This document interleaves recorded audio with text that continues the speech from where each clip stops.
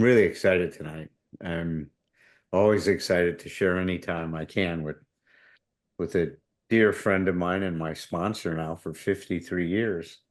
In fact, Tom's coming up on his 56th birthday and the 17th, right, of this month, Tom.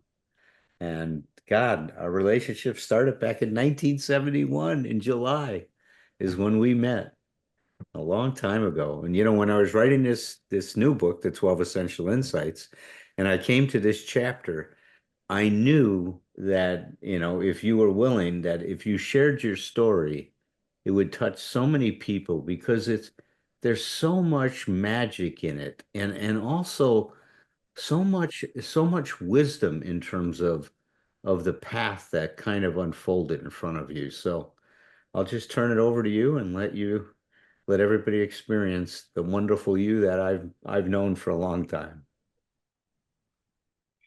All right. Thank you, Alan. Without me. Hi, everybody. I'm glad to be here. As you can see, it's still light out here in Hawaii. Um, um, as you can see, it's not fucking cold, um, which I can't stand the cold. Um, but yeah, I can't. I have a girlfriend who lives in Northern California, and I come to visit her, and I say, can you just turn the heat up or something? And she goes, it's up. It's 70 degrees. Like, well, that's not heat. I said, and she goes, well, she says, electricity costs so much. I said, I'll pay for it. I don't care. Just turn the damn thing up. But yeah, I'm yours. I'm pretty pathetic in that area. But yeah, thanks for having me here. And then yeah, 56 years coming up. Um, we, magic, yeah, and the magic's still real, still happening. Matter of fact, I just wrote a post um, on Facebook about the magic. I called it the Great Magician, and because I was at a meeting and this guy who's so-called atheist or agnostic, every time he shares at the meeting, he has to bring it all up about how there's no God and he doesn't believe in a God, and you know, and and it's like, okay, we get it. It's not your thing, but um,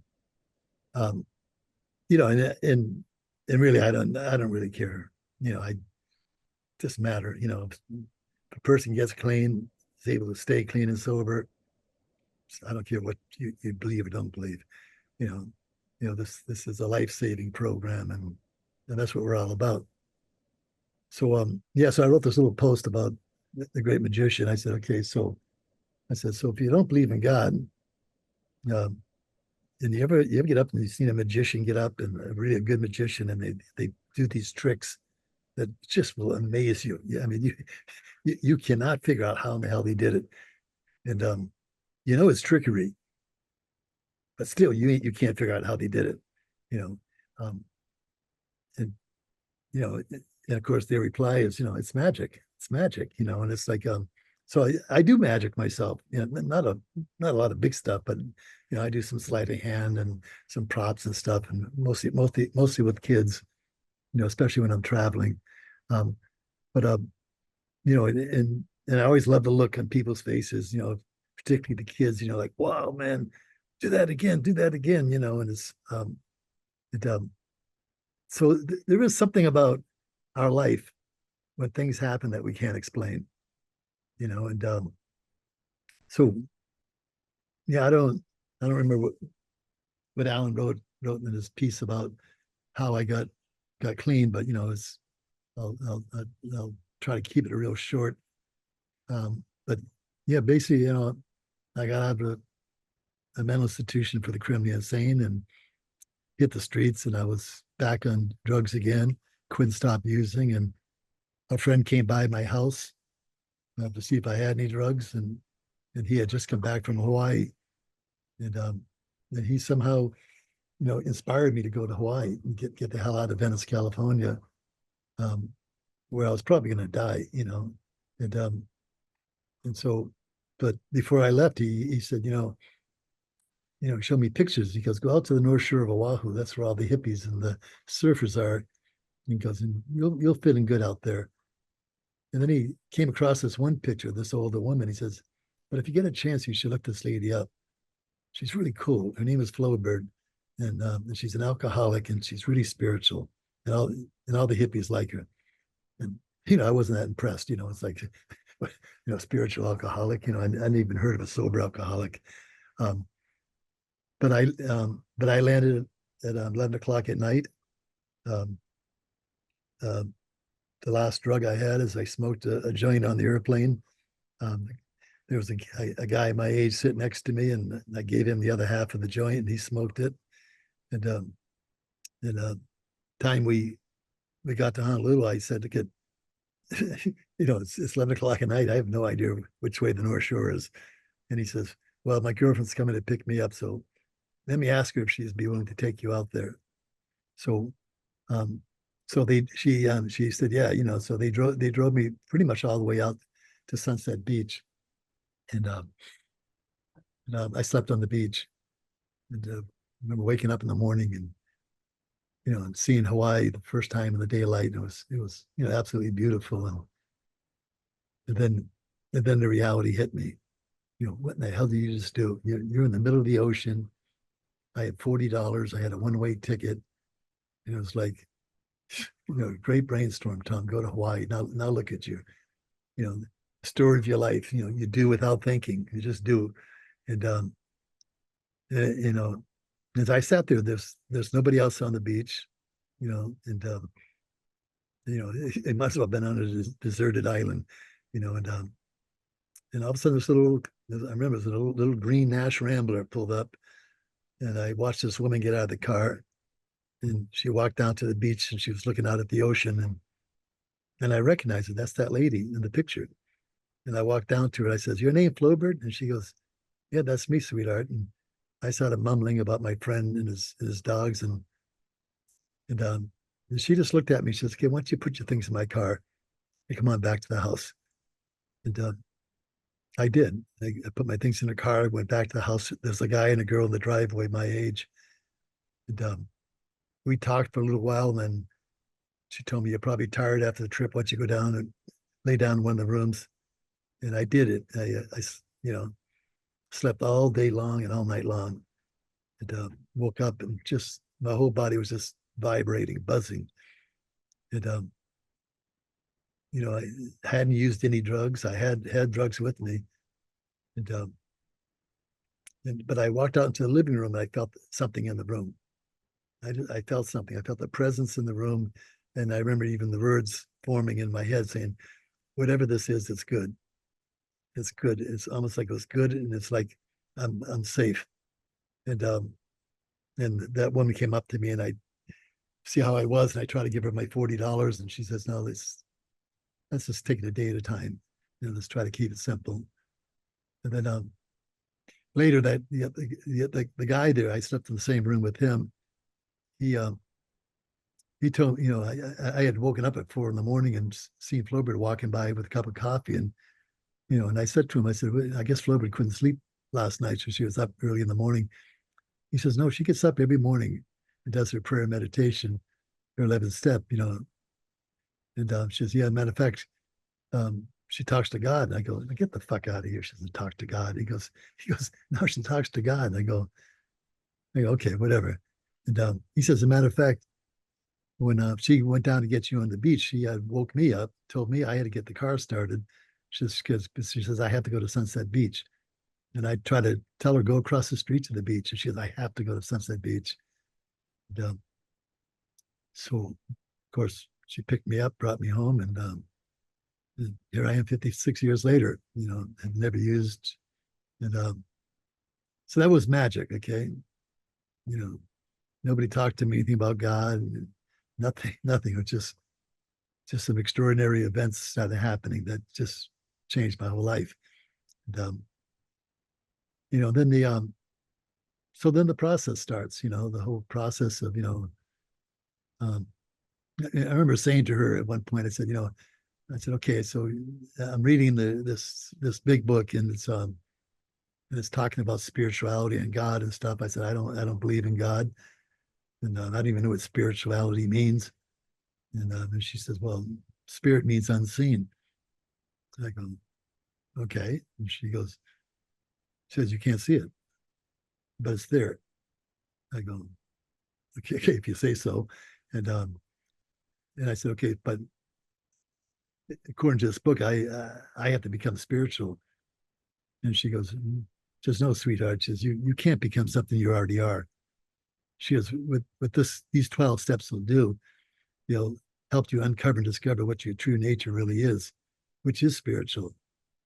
And she says, but then, you know, getting to the topic of this chapter, but then she like started talking about, which at the time I didn't know what this meant, but she talked about purpose, about I would have to get out of myself, learn to think about the people, learn to give. And which I had no idea how to do that. Matter of fact, she even asked me one day, she goes, it was in the morning, she goes, look at today, I want you to think of something you can do for somebody else, something kind, and do it, but don't let them find out you did it. So I thought all day long what I could do for somebody. I couldn't think of nothing. And so I came to her later that afternoon. I said, listen, I've been thinking about this thing. I can't think of anything that I can do for anybody, which is kind of the epitome of my life. And she goes, okay. She says, well, why don't you go in the kitchen and wash all the dishes? And I said, well, everybody, I know I did it. And she goes, wash the fucking dishes anyways. you know. So this is kind of, I kind of got pushed into this thing, and then but I watched her, and I think this is the wonderful thing about our program, our fellowships, is we get to watch people, you know, do this program, not just talk it, but do it. And I had her as an example and watched her, and the more I watched her, the more I wanted what she had. And um and um I remember saying that to her, and she says, well, if you do what I done, she goes, and you can have it. But then she laid out the 12 steps, said you're going to need to find a power greater than yourself, something to rely on, something to believe in. um which was a dilemma for me. And she goes, and if you can't find it, you're not going to make it. I was like, well, great. 1 minute you're telling me I got all this hope, next minute you're saying I got no hope unless I find this invisible being, that I don't believe in. But you know what it did? It made me desperate. It made me desperate in a place where I really wanted. I really believe this woman had found what I've been looking for my whole life, and I believe she found it. I said, man, if I could get what she had, I could be free. And more than not using anymore, the whole notion of being free was the thing that really got me, that really attracted me. She was free of fear. I knew she was, and I was full of fear. And she was free to love. I didn't even know what the word was. There was so you know then the process began. And so I just started every day asking my higher power, what can I do for somebody else? Please guide me. Please make me an open channel, and help me clear away the crap that's in the way. The selfishness, the ego, you know the motives, you know, and and just threw myself into it in every which way I could. And ironically, I think Alan was one of the first. Um, they just got a call from the AA central office in Honolulu, and they said that the Marine Corps is trying to open up a drug program, and they need people to come out there and talk to them. And he says, but we're alcoholics. We don't deal with those drug addicts. He says, but we know you know, and you've been to NA in California, so you know about it. So me and another guy, we went on out there, and you know, you didn't really think about it. I think we had shorts on, a wrinkled the lower shirt, long hair, and flip flops, and we walked onto the base, walked into this room. I think there was 40, 50, maybe 60 Marines all in fatigue, sitting there in their chairs, looking at us. And like I said, I didn't think we even thought about it. Had I thought about it, I probably I don't know if I would have went. But but Alan said, we on this one, these guys have got some balls walking onto our base. These hippies, the ones that have been out there protesting against us, calling us baby killers, and they're going to walk in and tell us about drugs. And and then we started sharing, and that magic that I think we all here have experienced happened. Something just came through, some authenticity, some honesty on a level, that just you can't deny it, but once you feel it, and and so when you see things like that happening, and you get somebody like Alan, for me, you wonder, if you have to wonder, do I have a purpose? Well, you're damn right I have a purpose. You know, was I saved for no reason at all, just so I wouldn't have to suffer anymore? No, I was saved for a purpose. It was to help other people. And you know, one of the things that happens here is, we end up getting and getting and getting, so much freedom, so much stuff here in the program. And, you know, but if you don't give back, you end up choking on it. It's there's so many people that once they get clean and sober, they they start practicing a thing called, I call it, spiritual selfishness, or lazy ass recovery. You know, we can't, at least for me, I can't ever become lazy. You know, um, and so of course there was more to it than just getting clean and staying clean. There was living clean, which that process is about clearing away the wreckage and clearing away the stuff that's in the way. And as time went on, I got more involved in trying to understand myself, understand where I came from, what my past was all about. Um, I, my particular childhood was pretty brutal, and there was, you name it, it happened.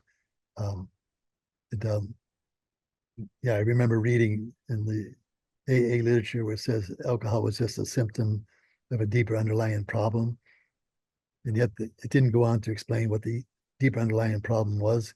It just meant it wasn't the substances. And then there was another part in the book that said at some point we had to get down to roots and causes.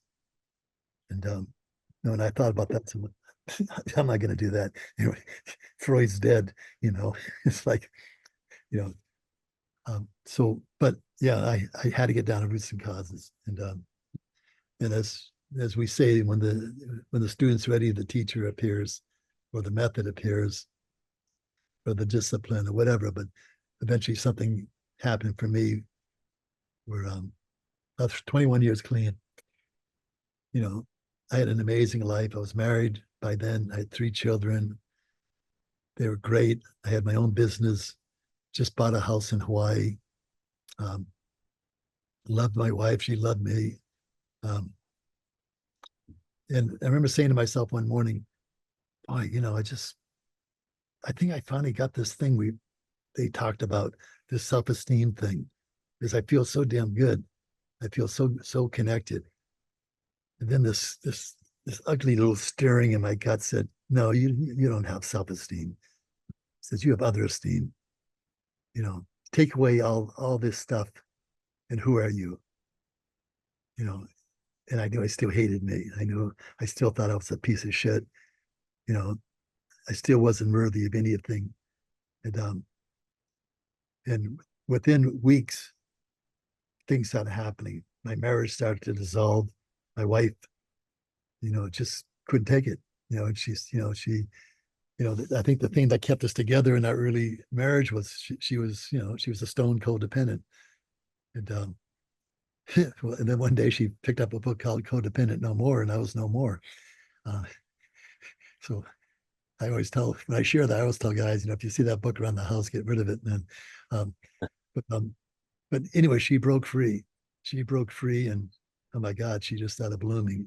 Just started blooming, and I knew it. I knew whatever she was doing it was good for her, it was right for her, but I was dying. It everything started coming up, memories, um, I found myself sitting in a room, and just this rage coming up inside of me, and myself beating myself in the face with my fist until my lips were broken, and just saying, "Oh my God, what is going on? I'm losing it." I knew I wasn't going to use, but I thought I could do something really stupid and really hurt myself, or maybe hurt other people in the course of it. And and then a guy that was visiting Hawaii saw me, and that I knew from in the past, and he knew something was wrong. And I told him what was going on, and he says, "I know something that might help you." And I ended up going to these workshops in California for 5 days, and I couldn't believe what happened there, where they took me, and I at one point they set up this. I don't know how many of you guys are familiar with this kind of work, but they set up this family sculpture, and and I had watched several people do it in front of me, and when it came to be my turn, I just shut down. I couldn't feel anything, couldn't nothing, and the facilitator, just stood there beside me. He says, "Well," and I said, "Okay, I think I'm feeling a little dizzy. I want to sit down." She says, "No, you're not going anywhere. Stamp your feet into the ground. You're not going anywhere." And I said, "But I don't feel anything. They have this dialogue going on with this family sculpture, and it's doing nothing to me." And she goes, she put her hand behind my neck and her other hand on my stomach and leaned me over. And she just open up your mouth and make a noise. And oh my God. I mean, I still can't, when I think about it, I just started screaming and screaming and screaming and then vomiting and then screaming and vomiting and vomiting. And I smelled the pores of my skin, this toxic poison coming out of my skin. And I just kept saying to myself, "My God, how could I have lived this long with all this suppressed inside of me?" Um, so, so that was the beginning of a good 3 or 4 year process.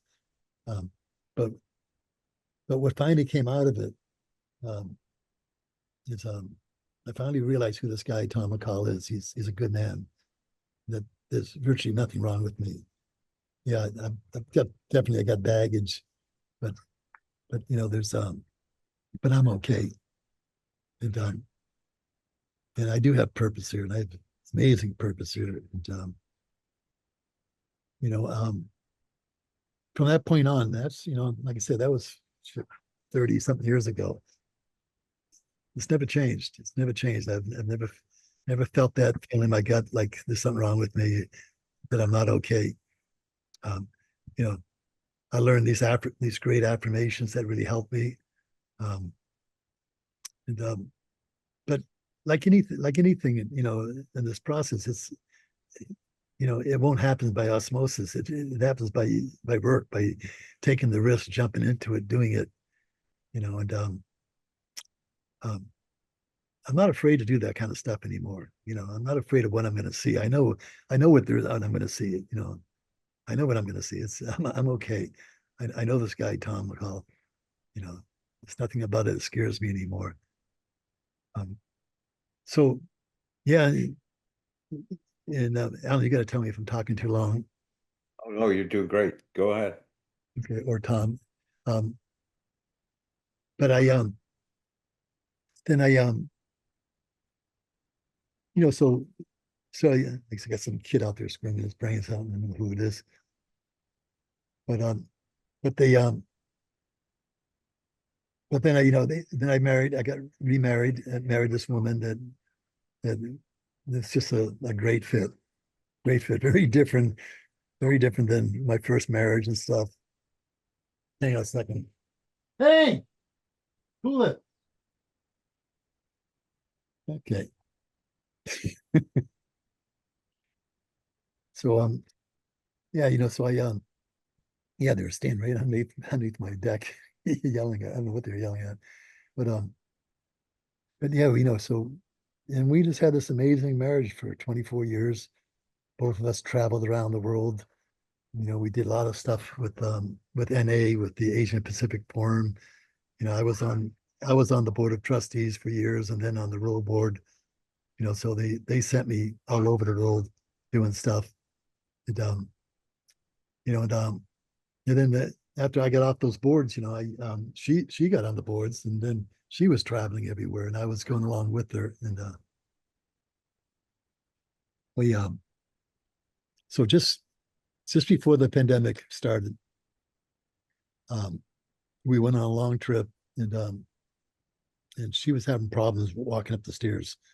She was running out of breath, and we got home and we seen the doctors, and she was diagnosed with stage 4 lung cancer.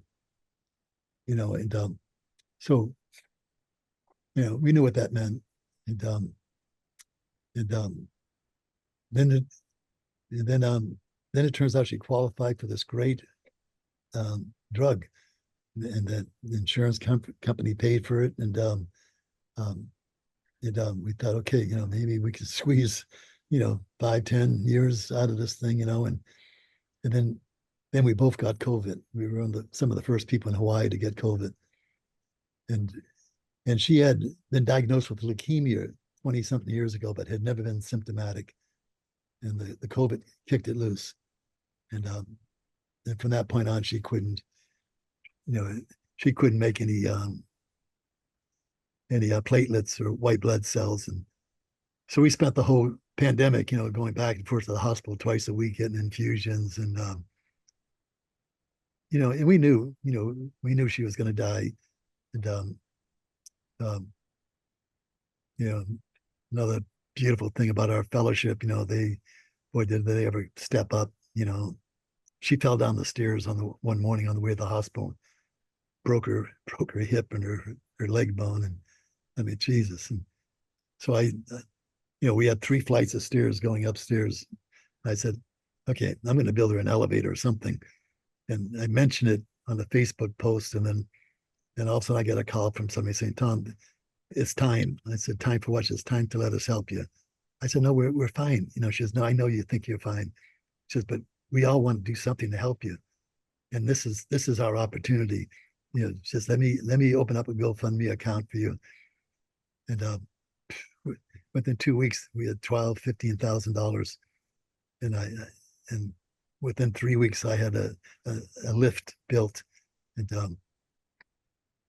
you know, and I think it's you know, along with this reading by Bill, you know,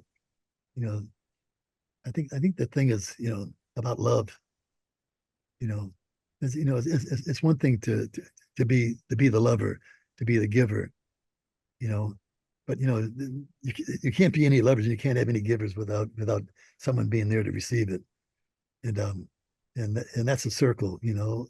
Um, we also, and I've been a receiver in so many other ways, but when it came to material things, I felt very uncomfortable about receiving.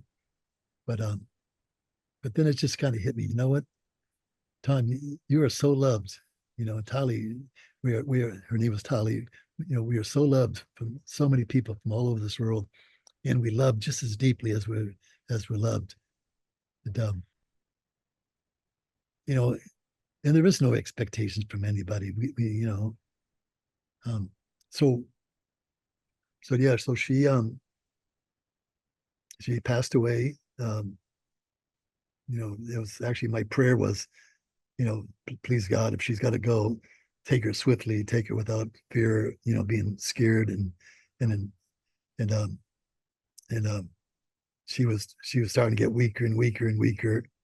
And she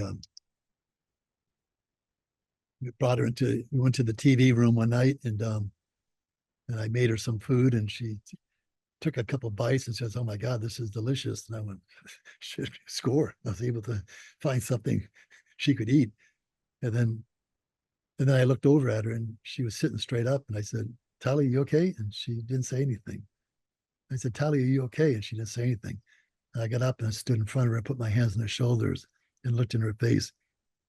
And she looked straight at me and straight through me, and she was gone, just like that, just gone. And so so the mercy, you know,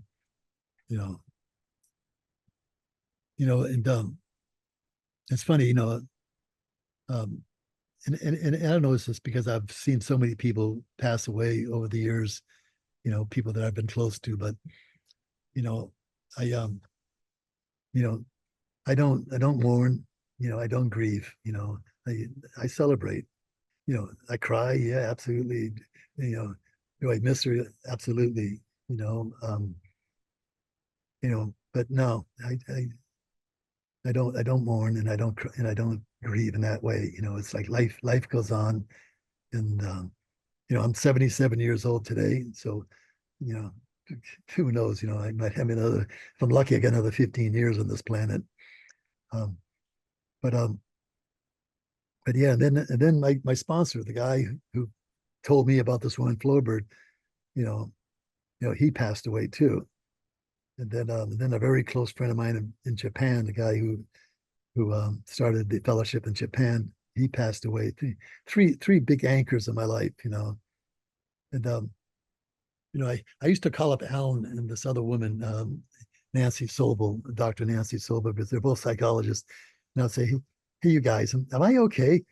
I said, because you know what, they're gone. I miss them. I love them, and all that. But I'm not like I can going through what I see a lot of people go through. And same thing happened with my mother and my brother, and they both reassured me, Tom, you're okay. We're okay. There's no one way to do this thing, and maybe you're in a good, healthy place. And if not, you'll find out. That's for damn sure. That's Um, right. so, but yeah, you know, and I'll kind of close with this here. This is, um, you know, Tylee used to say to me, she says, she had, because I had like 20 years more than her and stuff. And she would, work on me once in a while. She'd say, so, I bet you don't think you have any character defects anymore, do you? And I say, no, nope, I don't. I go, and I said, no, I just have a real colorful personality.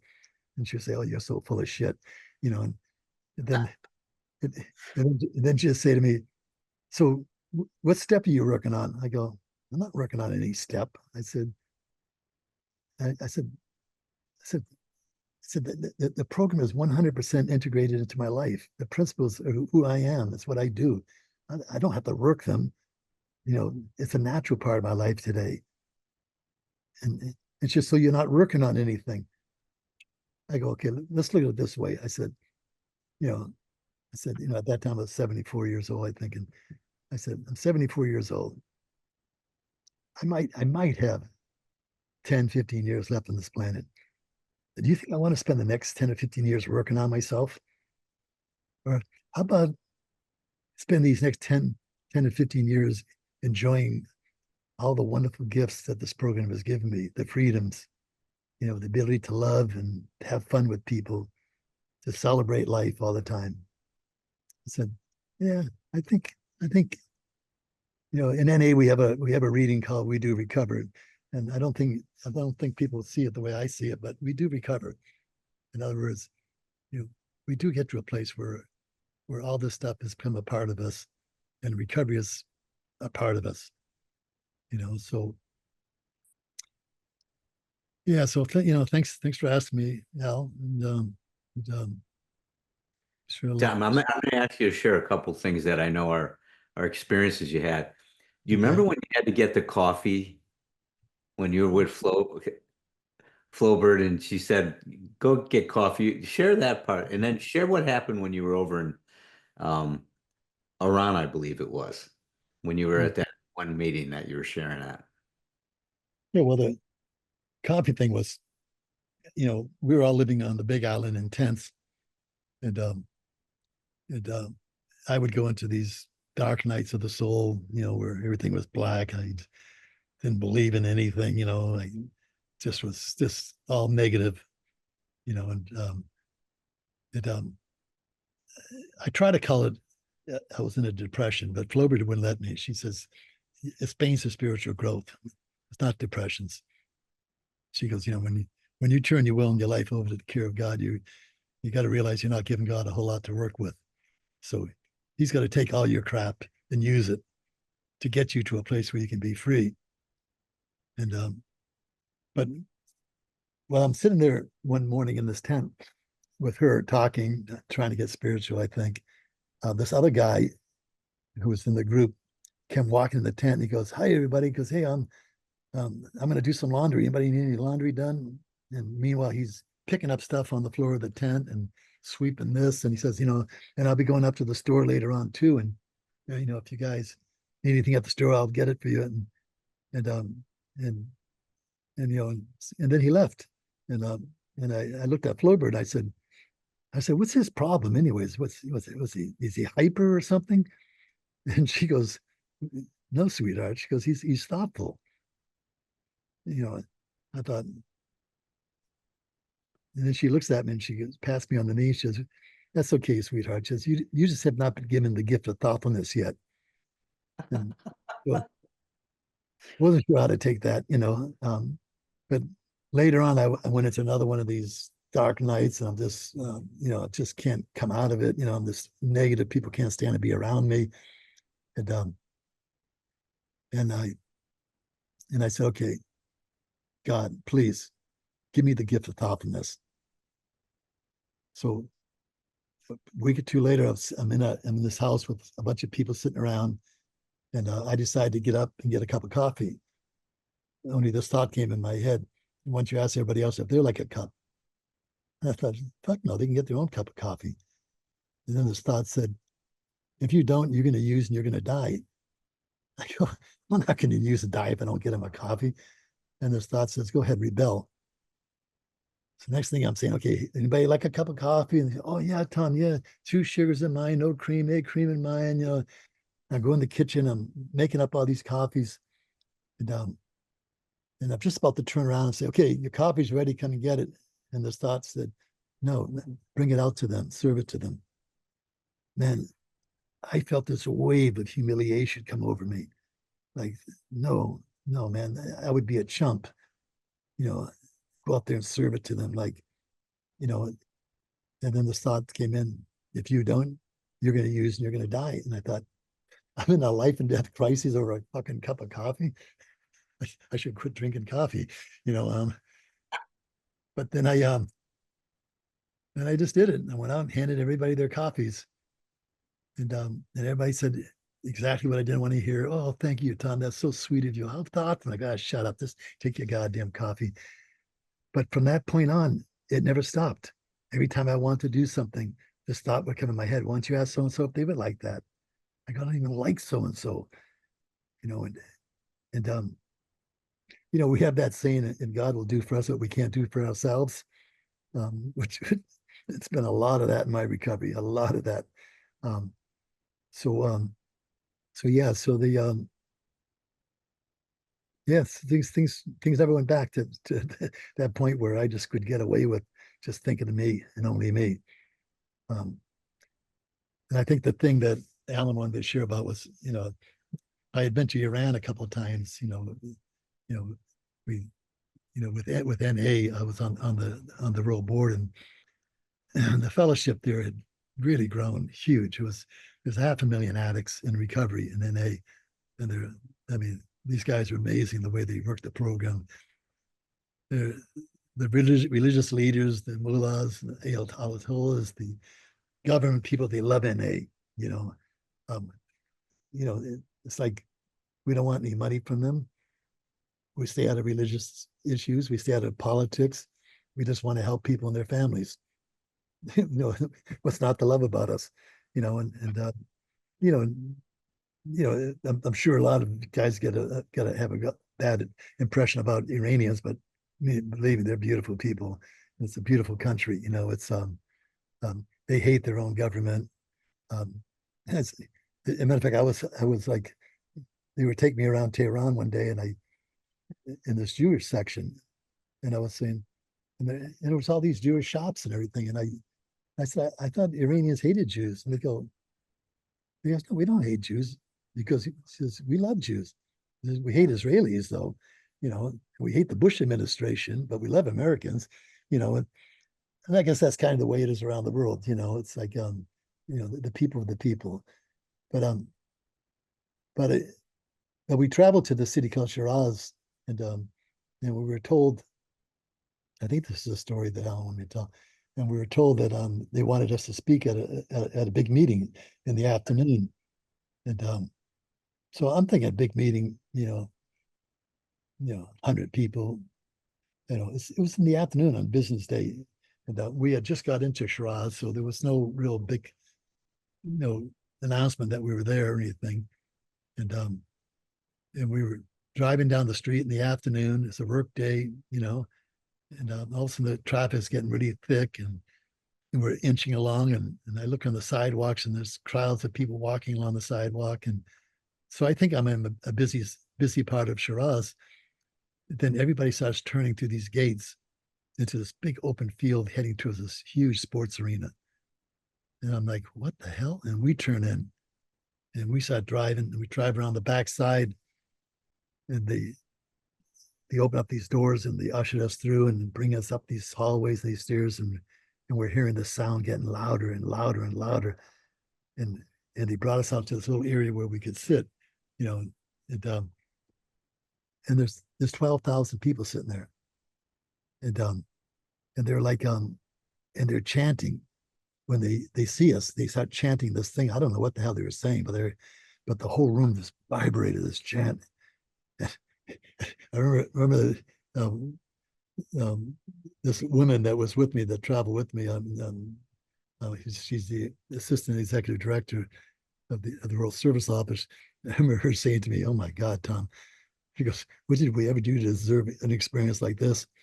I said, "I don't know. We shot a lot of dope, I guess, and and we didn't use, and so here we are, but I've had so many experiences like that, I mean, you know, you know, I, I got to be a part of starting the fellowship in Japan, and and I remember when it first got started, the Japanese kept asking me to come and visit them, and so I was on the board of trustees, and I told the board, and they said, well, we don't have the money to send you. I said, well, I'll get there, but if I get there, what am I supposed to do? And they will find out how the Japanese are translating the God stuff.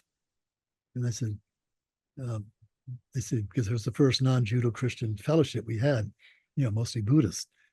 And so I said, okay. So I get there. I don't speak Japanese. They don't speak English. We talk about recovery. We communicated. We talk about the weather. We didn't know what we were talking about. But the first day they picked me up at my hotel. They brought me around Tokyo. And when I got back to the hotel that night, the hotel staff said, "Mr. McCall, your passport." And they had my passport in their hand. They said, "You had lost your passport in the subway." And apparently I had put my hotel receipt in the passport.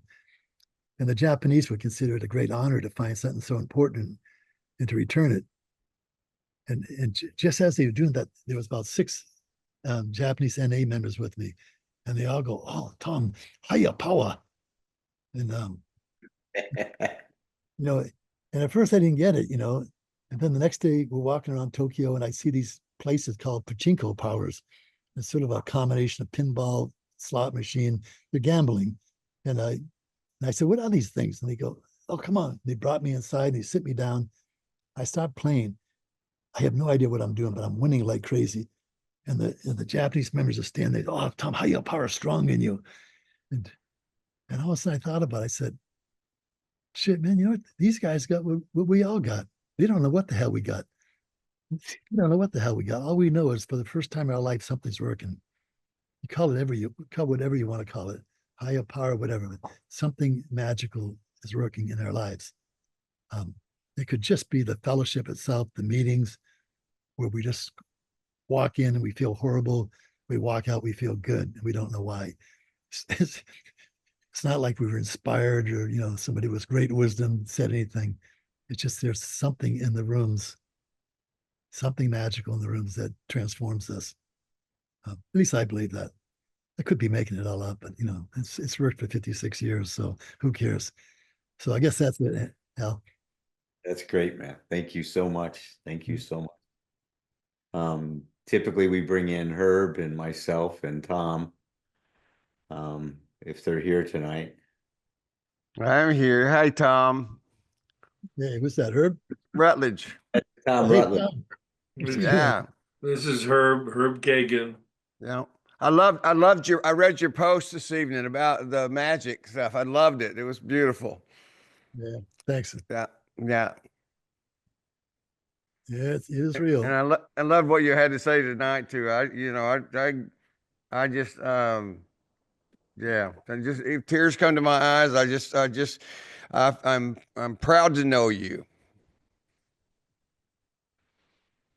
Yeah. Same goes here, man. Yeah.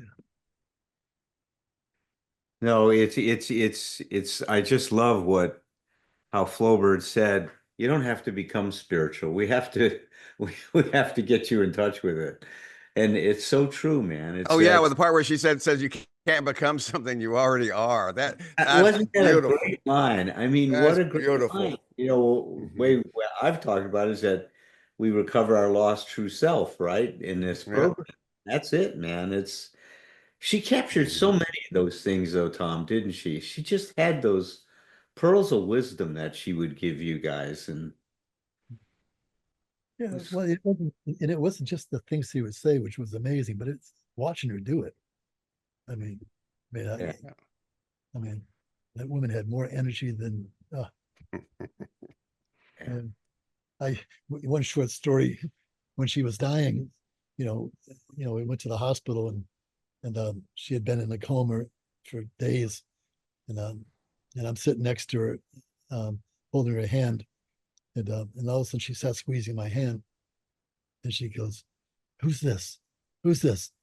I go, "It's me, Tommy." It's just Tommy, Tommy. It's just, when the hell are you going to start getting honest with yourself? I mean, out of a fucking phone. I'm like, Jesus Christ, woman, give me a break.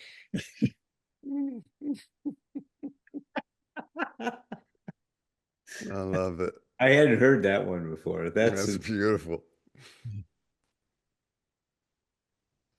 But it's so true too, is how the program, once it gets integrated, it just works you. You know, I guess at first we work the steps and then the steps start working us once they get to be integrated. You and her, I talked a lot about that, Herb. Well, that's a level of consciousness that I only read about that Flo had when she had the intuition to go to the beach. I mean, I've heard the stories throughout the centuries, and she had a special level of consciousness and intuition. Yeah. And that practice, Tom, was so powerful with her. And you've done that your whole life, right? Your whole recovery. Mhm. Yeah. Yeah, Yeah. there's a spirit of giving and that starts to take over. Bill's story is the most famous, right? Like he immediately went out onto the streets and tried to drag drunks back home. Thankfully we've got a little more sophisticated, but yeah, it's like it's hard to contain it once we start living it. Yeah. We have the little cliches, you can't keep what you have unless you give it away. Yeah. And this is another little caveat to that is you can't keep what you have unless you give it away exactly the way you got it. If you went to meetings and sat in those rooms and there's people there, well, you got to be there for them, for somebody else too. It's like, let's talk about that level of spiritual selfishness people can get into. I got mine. Now you go figure out how to get yours. I went through a period of thinking that the meetings were there for me, right? It's like the meetings aren't doing it for me anymore. Like, I keep hearing the same old stuff. Well, it's not like I was contributing any wisdom or, supporting the meetings. I had to get my head out of my ass in that case. Yeah. But you know, the other thing, Tom, that really stood out and obviously impressed me so much, because I had that same feeling when I saw you that you had with Flowbird. I couldn't have put it into words, but I said to myself, if I could somehow experience what he's experiencing, I think I could make this life work. I think I could find a way, and I wouldn't have to find the freedom through a bottle or a joint or a pill or something else. And that's what I saw in you, is that there was that freedom from the bondage of self. You were, talking about stuff that I felt that I would never put, share it with anyone, especially in a room of 60 Marines that you didn't even know, and probably walked in saying, man, these guys probably want to kill me, right? Beat the shit out of me or something. It was remarkable. That night was a magical night. It's so impressed on me that Tuesday night. I can almost see it like a clip of a movie, a trailer, right? Playing over and over and over again in my mind. Here's the real gift, though, of both of you is on that night there were 60 Marines, and I wonder how many today or whenever caught the magic like Yeah. you did, Alan, and the gratitude and humility that has to come out of that, because I'm confident that it wasn't a major group of people that followed you following Tom. Me and Yeah. Bill Birch. Remember Bill? I mean, Yeah. but there was a couple. There was a few others, right? That other Tom. I mean, there was something that was But you, really shared and caught on fire with young people back then. but you know what? I mean, I still go to maybe 4 face-to-face meetings, and 2 or 3 Zoom meetings a week. I've always done that throughout my recovery. So I have literally seen thousands. I mean, I'm talking about thousands upon thousands of people walk through our doors, Yeah. and like you say, Herb, very few stay, and maybe we're just a gateway for them finding something else with their life. Yeah. Family, religion, some others. Maybe they don't really have this disease. I think that was one of the things I started understanding. In AA was pretty simple. Not everybody's an alcoholic. You can have a drinking problem, doesn't make you an alcoholic. You know, a disease is something, as they describe in the book, where you've lost your legs, you're not going to grow new ones. You're never going to be the same. We're for an NA, it was like anybody that smoked a joint got caught as a drug addict.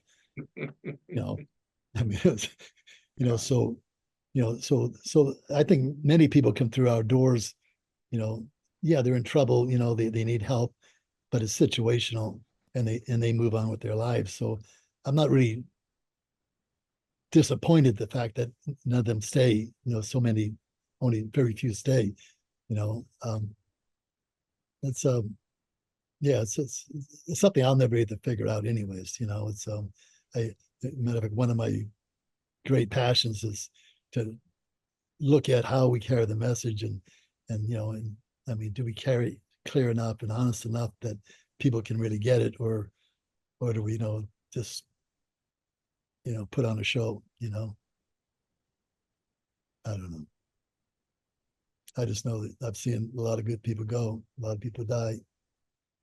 And, Well, once you give what you give, then you let go. It's like that's one of the things Alan and I've talked about. Is one of the things you learn as we've talked about as writers.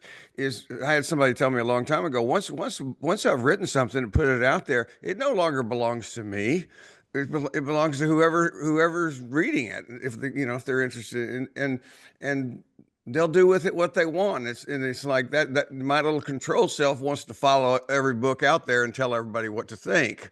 For the longest time, I wanted to go read the book to everybody, but it's like it's so better. It's so much better just to let go. And that's the same if you're just sitting in a meeting and share something. It's like whatever anybody wants to do with this, they can do it. And We'll never know the ultimate result of this stuff. It's just we just do our part.